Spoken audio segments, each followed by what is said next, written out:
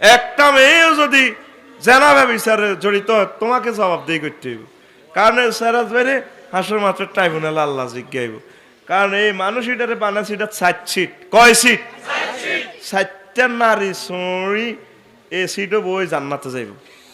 কিন্তু হেমিয়ে বিয়ে করছে একখান আর ৩ গা ফরকিয়া, তারপরে জেনা ব্যভিচার যায় করছে করে হাসর মাথে এবার আল্লাহর দেব। আল্লাহ সবুর বাইরে আর আফসারি বাইরে জিজ্ঞান তাকে মাল্লা ছিল, শক্তি আছিল, তারা বিয়ে করে না। এই কারণে যদি বিয়ে করতে উমরা করতে ইতাম, হজ করতে ইতাম, আল্লাহ আপনারা কত জিকির করতে ইতাম, তাকে সঙ্গে সবের ঠাই কোরআন শিখতে ইতাম, আঙ্গর দোনো সিটিংয়ে বিয়ে করে না।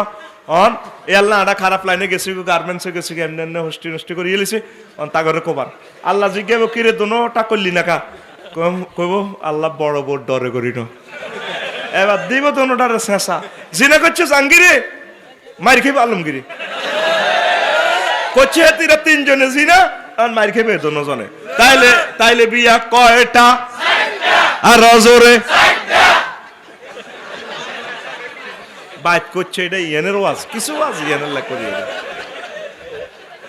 আল্লাহ মাজিদের জন্য নামাজের ব্যবস্থা হয়ে যাক।